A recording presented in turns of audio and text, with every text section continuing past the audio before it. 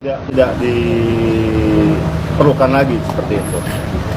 Kenapa? Karena kan di awal sekali saya menyampaikan bahwa tentunya teman-teman media juga bisa melihat bahwa saya konsisten agar supaya permasalahan hukum ya terkait dengan dana donasi ini agar supaya dapat diselesaikan, sehingga tujuan daripada pemberian dana donasi dapat segera tersalurkan untuk pengobatannya Agus. Mengingat pada saat kemarin ternyata Novi meninggalkan acara pertemuan, pada saat itu konflik terjadi pada pemikiran saya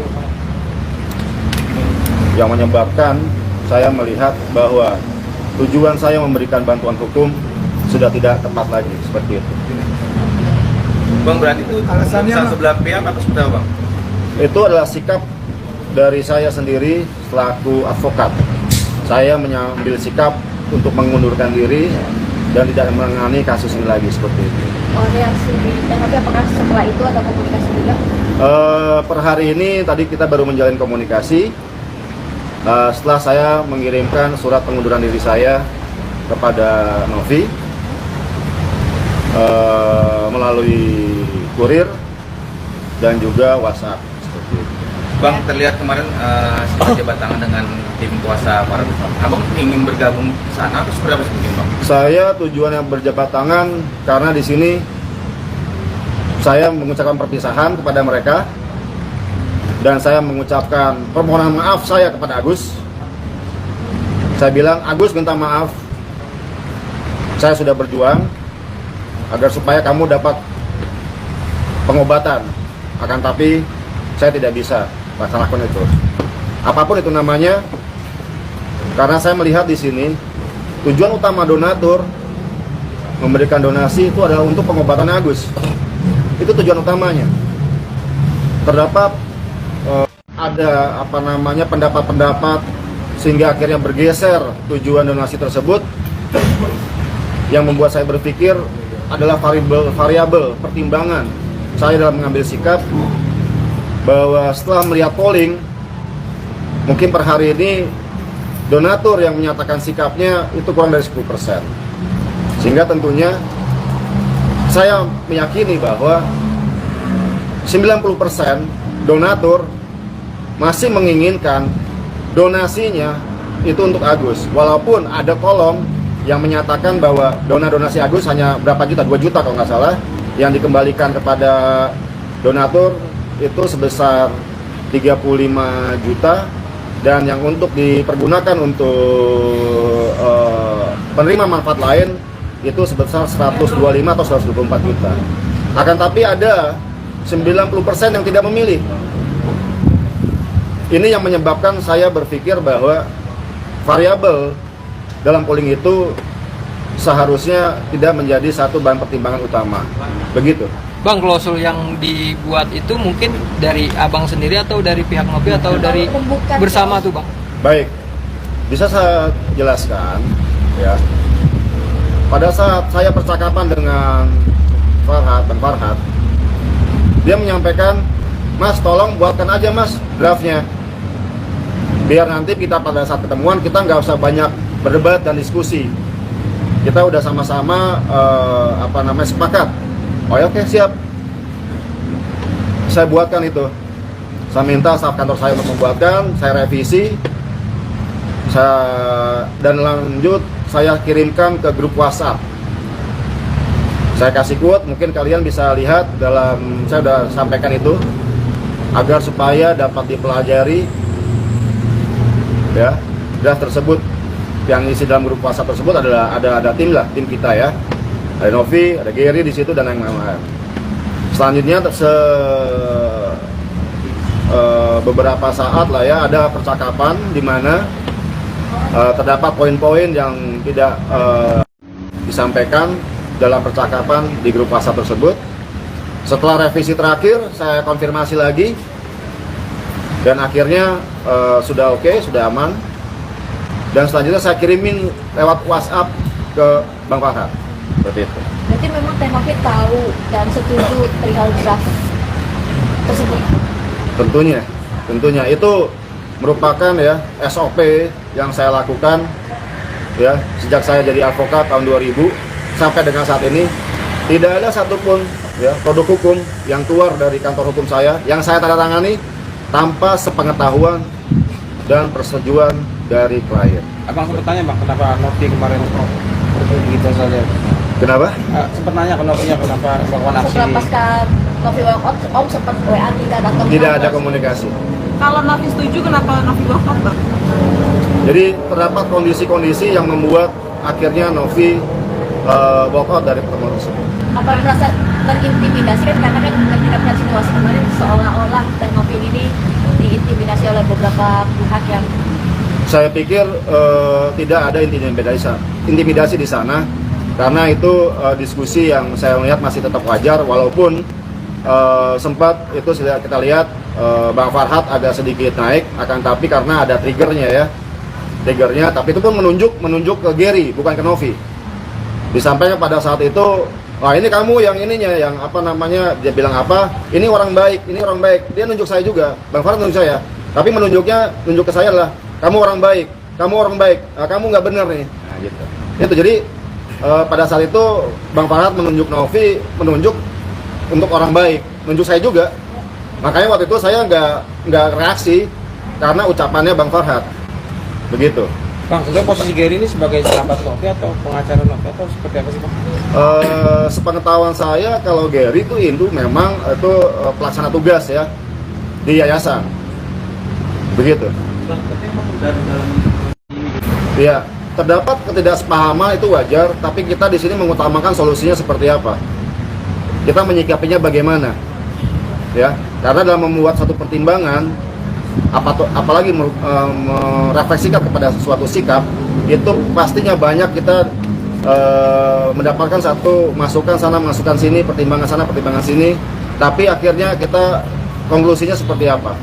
Bang, sebelum masuk ke forum kan itu sebelumnya abang berkomunikasi dulu sama Teh Novi ya bang? Iya. Nah sebelum itu apakah pada saat itu sudah terjadi kesalahpahaman, mungkin ada omongan-omongan yang akhirnya membuat Teh Novi itu yang saya masukkan dengan kondisi ya yang akhirnya pada saat itu Novi sudah oke, setuju, sepakat untuk tanda tangan akan tapi dalam pertemuan bergulir sedemikian rupa mungkin ada masukan-masukan juga sehingga akhirnya yang tanpa saya ketahui akhirnya tiba-tiba Novi walk out dalam pertemuan tersebut gitu. Bang, kemarin ada momen nelfon Denny Sumargo terus Farhad marah-marah. Nah, mungkin gara-gara itu mungkin Novi jadi berubah pikiran bang? Saya sudah kurang paham dan saya pun tidak mau menjelaskan hal tersebut menjadi satu kondisi sedemikian rupa akhirnya memperburuk suasana sekarang ini. Kenapa? Karena Novi itu bebannya sudah berat sekali sekarang. Walaupun saya sudah keluar tidak menjadi kuasa hukumnya lagi, tapi saya tidak mau memperburuk kondisi yang ada sehingga akhirnya Novi menjadi bertambah bebannya. Bang, alasannya apa bang? Novi walkout, kira-kira tahu nggak bang? Itulah ada kondisi di mana akhirnya Novi memutuskan walkout. Tapi kondisi itu saya tidak bisa sampaikan. Itu menjadi satu yang saya telan sendiri. Ya, tapi itu kondisi bukan dari saya ya, ada kondisi dari luar. Ya, nggak apa-apa mungkin netizen akhirnya berpikiran buruk kepada saya, berprasangka buruk. Saya dibilang pengkhianat, sengkuni, ular kayak gitu. Nggak apa-apa. Saya ikhlaskan untuk itu semuanya, alhamdulillah. Ya kan, akan tapi saya tidak mau kondisi Novi menjadi buruk dan memperberat psikologisnya saat ini. Dia udah kasihan, dia udah penuh dengan tekanan kanan kiri, atas bawah, menekan semua kepada Novi. Saya kasihan untuk itu. Ya, saya prihatin untuk itu. Dan saya ingin agar supaya kasus ini dapat diselesaikan segera agar dia bisa konsentrasi membantu orang yang membutuhkan. Tapi bang, maaf, ketika itu alasan abang langsung untuk cabut kuasa hukum. Ya. Itu ada alasan khusus mungkin? Betul. Ya, di sini saya melihat dengan perginya keluarnya Novi dalam pertemuan, tentunya saya pada saat itu melihat bahwa tujuan saya memberikan bantuan hukum pro bono kepada Novi sudah tidak sesuai lagi pada tempatnya. Saya menginginkan agar supaya dana donasi ini segera selesai secepatnya agar supaya Mas Agus mendapatkan ya biaya pengobatan begitu. Itu saja. Bang, penekanan lagi bang, berarti abang tidak berkoalisi dengan Farhad Abbas dan timnya atau seperti apa bang? Kita sama sekali ya, itu kita kan waktu itu kasusnya memang kita sebagai saya lawyer Novi, Bang Farhad lawyernya Agus, kita berseberangan. Kita menyatakan sikap masing-masing, saling kita saling diskusi, saling bantah-bantahan segala macam, itu biasa itu sama sesama lawyer ya. Itu hal yang wajar. Ya, saling berdebat keras demikian rupa, itu hal yang wajar. Akan tapi ternyata orang melihat, wah, setelah saya keluar dari jadi kuasa hukumnya Novi, saya akhirnya beralih ke Agus. Tidak demikian, karena sudah cukup. Saya memberikan bantuan hukum dalam kasus ini sudah cukup. Ya, hanya kepada Novi saja. Selebihnya silakan berjuanglah masing-masing. Tapi saya ingatkan, tolong, ini kasus kemanusiaan, tolong pakai hati nurani, ya, dan kemanusiaan dalam menyelesaikan kasus ini. Tolong pakai hati nurani dan kemanusiaan begitu. Kenapa? Karena ini adalah kasus kemanusiaan, bukan kasus komersil. Ya.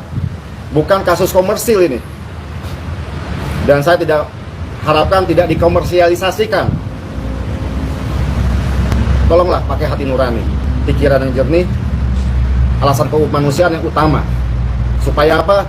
Biar cepat dapat diselesaikan kasus ini. Itu saja. Om, yang menarik adalah klausul itu Om. Saya sayangkan ya kalau ada statement seperti itu.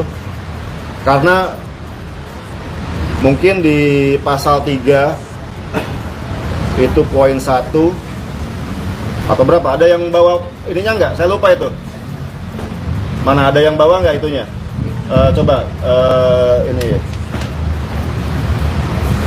Saya bacakan ya.